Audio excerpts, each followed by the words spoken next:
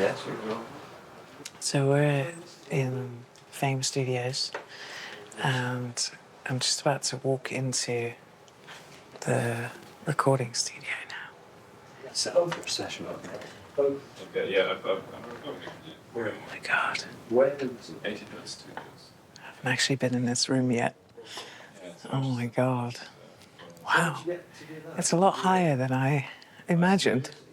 It's sort of just the sound in here as well. Where was that? In Munich. Look at these booths.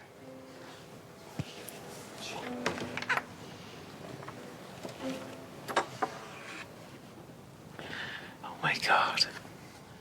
You can just smell and feel all the sort of magic that kind of happened in here. And as you can see, the beautiful Leslie cabinet mic'd up for a session. And if we're lucky enough to have one of these on a modern day record, is a is a big treat actually. Wow. I know I'm gonna have a moment where I cry at the end of all this because it's just a lot to take in. I can't believe I'm here right now.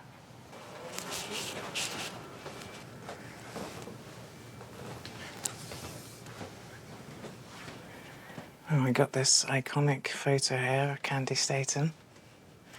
Absolute legend. Alabama. Wow. Just the amount of records. The amount of hits. Artists. Clarence Carter. Donny Osborne. This is Rick's office. Oh my God. Okay, let's see what happened in here. Oh my God. Are you kidding me? Can you imagine the meetings in this room?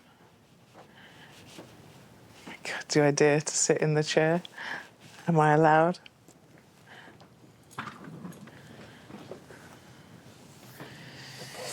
Right.